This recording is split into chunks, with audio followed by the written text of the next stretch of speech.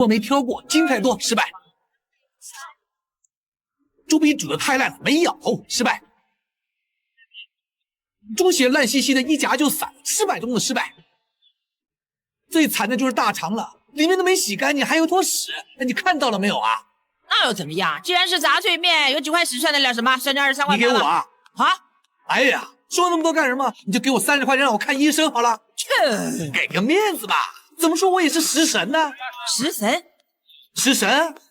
周星驰将自己半生沉浮的故事尽数揉进了这部《食神》之中，唯有读懂这碗黯然销魂饭，才算真正看懂这部电影藏在笑声背后的全部深意。《食神》看似是在讲美食，实则是在揭露人性、批判资本、探寻美食真谛的残酷预言。片中的史蒂芬周精神原型正是周星驰本人。90年代，周星驰在香港娱乐圈被捧上神坛，却因《大话西游》票房失利，一夜跌落谷底，饱受江郎才尽的质疑。他毅然自立门户，创立星辉海外，以《食神》强势翻盘。这段人生轨迹与电影主角的经历高度重合。对周星驰而言，《食神》的意义早已超越一部普通电影，更是他人生与事业的双重转折点。全港至尊名厨大会如期举行，分别有4道菜参加评选，有价值5000元的皇帝炒饭，5种名贵鱼拼接而成的锦绣多味鱼、乾坤烧鹅，以及刀工登峰造极的金缕佛衣。今晚的评判正是有着食神之称的阿星。首先品尝的是4大名厨之一戴龙师傅的皇帝炒饭。这碗看似平平无奇的炒饭，曾让赌王花5000港币求其一碗。米藏于基围虾中蒸熟，以极品鲍鱼榨汁调味，再搭配顶级燕窝同炒，用料极其奢华，工艺非常复杂，却因为用隔夜饭，饭粒太软，影响口感，被打了0分。没想到你连炒饭最基本的常识都不懂，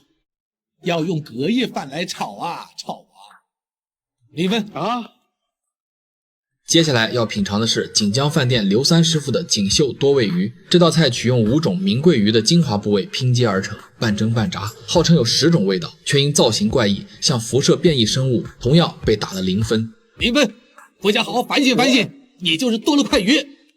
不是多了块鱼，是多余你啊！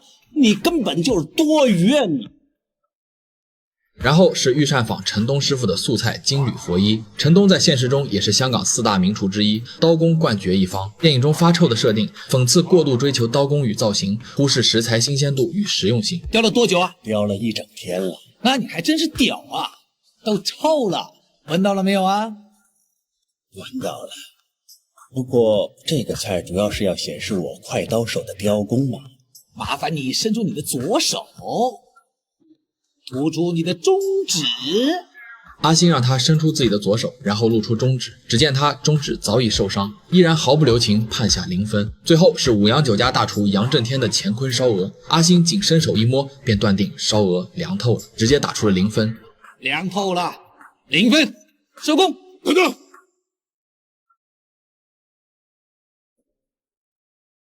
既然是乾坤烧鹅，当然是内有乾坤了。可当杨震天刨开烧鹅，众人才发现内有乾坤。烧鹅内裹着荷花雀，它既吸收了烧鹅的香气，又能锁住温度，色香味堪称无懈可击。却不料阿星因厨师长相丑陋，影响食欲为由，依旧判了0分。不可能的吧？为什么？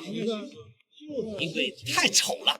不可能的，我的荷花雀是百中挑一的，无论身材相貌都是一等一的。我指的不是荷花雀，我指的是阁下。说我丑？喂，我丑不丑关菜什么事啊？有事。试问见到阁下尊容，谁还有胃口来吃东西呢？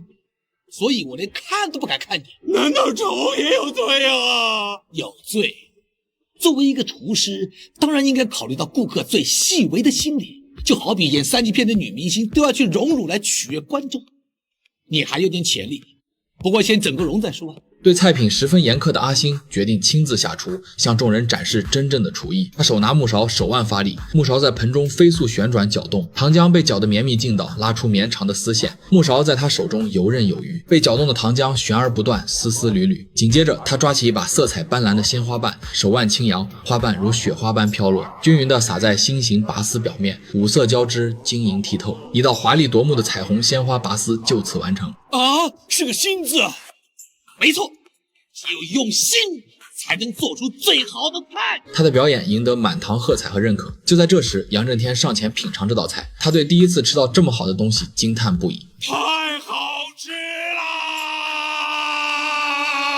啦！而这段所谓的至尊名厨大会，其实是阿星自导自演的。他做这一切就是为了贬低同行，抬高自己。最后这道华丽的新型甜品，实则只是靠特效与噱头撑场面的样子货。你说我是神仙的化身不就好了吗？你干嘛说我是什么地狱的使者？地狱关我什么鸟事啊？我想给你加点神秘感。你想？那什么时候轮得到我想？神秘感？我神你老母！画面一黑 ，spot 一打下来，就把你这个王八蛋打得跟鬼一样了。这个样子你还嫌不够神秘感？我现在不是拍恐怖片，大哥。导演安排，你找人去把这个导演给我干掉，然后再找个人把你也给我干掉。就是有这种废物导演，再加上你这个废物司仪，你们两个刚好配合起来，这不是纯想整我吗？你到底是不是要耍我啊？对不起，我保证下次再也不会这样了。你真是废物！记住啊，你是个废物，不准你用走的，你给我用滚着去！在训斥完司仪之后，阿星将镜头对准了刚才来参赛的几位师傅。很显然，几位师傅早已不是第一次配合阿星演戏了。众人皆收了他的红包。当问到杨震天时，阿星却以他声音太大为由，当众将其痛骂一顿。我们要谢谢你给的大红包啊！你知道收了我的红包，你知道我会给你钱是吧？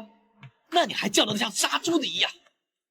我已经很认真的大声说了，大声叫不一定就是好啊，杨师傅。尤其像你最后那一句太好吃了，那句叫的有多硬多假，谁听了都知道你在演戏。你到底有没有职业道德？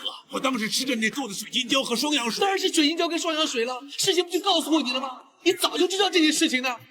的确很难忍。当然难忍了，就是因为难忍才叫你忍了。你还敢跟我顶嘴？因为你真的有本事啊！有本事就是你站在这边训我，而不是我站在这边训你了，真是蠢到家了。要是换了我2年前脾气，我一脚就把你踹到下面马路上去，再把你挂到皇后巷广场上鞭尸，你这个蠢货！马上给我含着烟头朝着墙角上去，喊太好吃了，喊到我满意为止。